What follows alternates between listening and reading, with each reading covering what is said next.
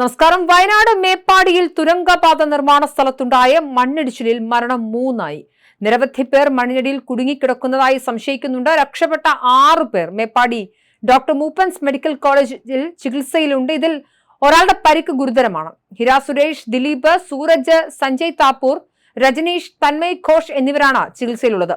വയനാട് തുരങ്കപാത നിർമ്മാണ മേഖലയിലെ മീനാക്ഷി പാലത്തിനടുത്തുള്ള കുന്ന് വലിയ തോതിൽ ഇടിഞ്ഞ് റോഡിലേക്കും അടുത്തുള്ള പുഴയിലേക്കും പതിക്കുകയായിരുന്നു. വാഹനങ്ങളും മണ്ണിനടിയിലുള്ളതായി സംശയിക്കുന്നുണ്ട്. രക്ഷാപ്രവർത്തനം പുരോഗമിക്കുകയാണ്. വയനാട്ടിൽ ഇന്നലെ അതിതീവ്ര മഴയാണ് രേഖപ്പെടുത്തിയിരുന്നത്. ഇന്ന് രാവിലെ മീനാക്ഷി പാലത്തിന് സമീപമുണ്ടായ ഉരുൾപൊട്ടലിന് സമാനമായ ദുരന്തത്തിൽ പ്രദേശത്തെ ഒരു പള്ളിയും വീടും ബസ് സ്റ്റോപ്പും പൂർണ്ണമായും തകർന്നിട്ടുണ്ട്. തുരങ്കപാതയ്ക്കായി നിർമ്മിച്ച കൂറ്റൻ കോൺക്രീറ്റ് ഭിത്തി ഉൾപ്പെടെ ഇടിഞ്ഞു വീണാണ് അപകടം സംഭവിച്ചിരിക്കുന്നത്. മണ്ണിൽ കുടുങ്ങിപ്പോയ 6 തൊഴിലാളികൾ ഇതിനകം രക്ഷപ്പെടുത്തി ആശുപത്രിയിൽ പ്രവേശിപ്പിച്ചെന്നാൽ ഇനിയും 10 പേർ മണ്ണിനടിയിൽ കുടുങ്ങിക്കിടക്കുകയാണെന്നാണ് ഏറ്റവും പുതിയതായി നമുക്ക് ലഭ്യമാകുന്ന വിവരം. തൊഴിലാളികളെ കൊണ്ടുവന്ന ബസ്സിന് മുകളിലേക്ക് മണ്ണ് കുത്തിയൊഴുകി വന്നത് പൂർണ്ണമായും തകരുന്ന ഞെട്ടിക്കുന്ന ദൃശ്യങ്ങളാണ് നമുക്ക് ഇപ്പോൾ ലഭ്യമാകുന്നത്. ബസ്സിന് പുറമെ നിരവധി വാഹനങ്ങളും യാത്രക്കാരും തൊഴിലാളികളും മണ്ണിൽ കുടുങ്ങിക്കിടക്കുന്നുണ്ട്. ആശങ്ക നിലനിൽക്കുകയാണ്. വയനാട്ടിൽ മഴ കൂടുന്ന സാഹചര്യം കൂടിയുണ്ട്. അതുകൊണ്ട് തന്നെ ഈ ദുരിതാശ്വാസ പ്രവർത്തനം കുറച്ച് പരിശ്രമകരം തന്നെയാണ്. എന്തായാലും മരണസംഖ്യ ഇനിയും ഉയർന്നേക്കാമെന്നാണ് ഭീതി.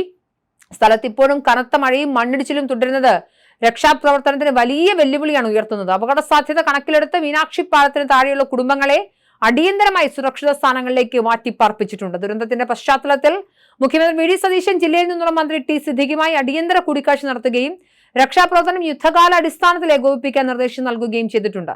മുഖ്യമന്ത്രിയുടെ നിർദ്ദേശപ്രകാരം മന്ത്രിമാരായ ടി സിദ്ദിഖ്, റവന്യൂ മന്ത്രി എ പി അനിൽകുമാർ എന്നിവർ അടിയന്തരമായി വയനാട്ടിലേക്ക് പുറപ്പെട്ടിട്ടുണ്ട്. വയനാട് ജില്ലാ കളക്ടറുമായി മുഖ്യമന്ത്രി ഫോണിൽ സംസാരിച്ചു.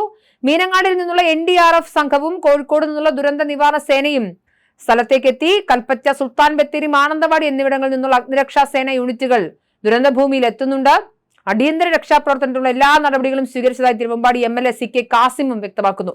കഴിഞ്ഞ 24 മണിക്കൂറിനിടെ പ്രദേശത്ത് 265 മില്ലിമീറ്റർ അതീവ മാരകമായ മഴയാണ് രേഖപ്പെടുത്തുന്നത്. കനത്ത മഴയെ തുടർന്ന് ചൂരൽമല പുഴയിൽ ഒഴുക്ക് ക്രമാതീതമായി വർദ്ധിച്ചിട്ടുണ്ട്. അതേസമയം കള്ളാടിയിൽ ഉണ്ടായത് പൂർണ്ണമായും ഒരു മനുഷ്യനിർമ്മിത ദുരന്തമാണെന്ന് തന്നെയാണ് മന്ത്രി ടി സിദ്ദിഖ് പറയുന്നത്.